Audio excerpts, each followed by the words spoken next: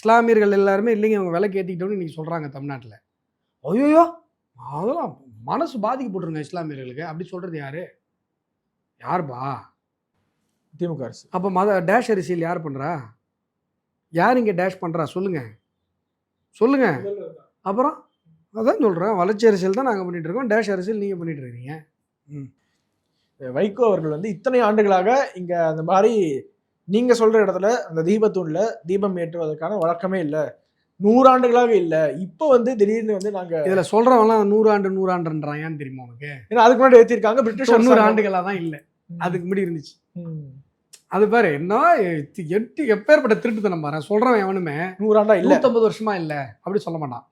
ஏன்னா 90 வருஷத்துக்கு முன்னாடி இருந்தது. 100 ஆண்டால சரிப்பா 100 ஆண்டா இல்லை, அதுக்கு முன்னாடி 1000 வருஷமா இருந்ததே.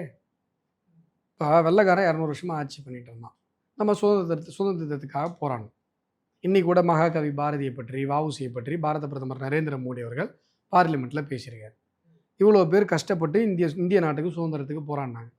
அப்போ நீங்கள் வந்து 200 வருஷமாக தான் நம்ம ஆட்சி இல்லையே, வெள்ளைக்காரன் தானே ஆணிட்டு இருக்கான், எதுக்கு போராடுறீங்க கேட்கலாம்ல? லாஜிக்கான கொஸ்டின் தானே இது. லாஜிக்னா அதுவும் லாஜிக் தானே.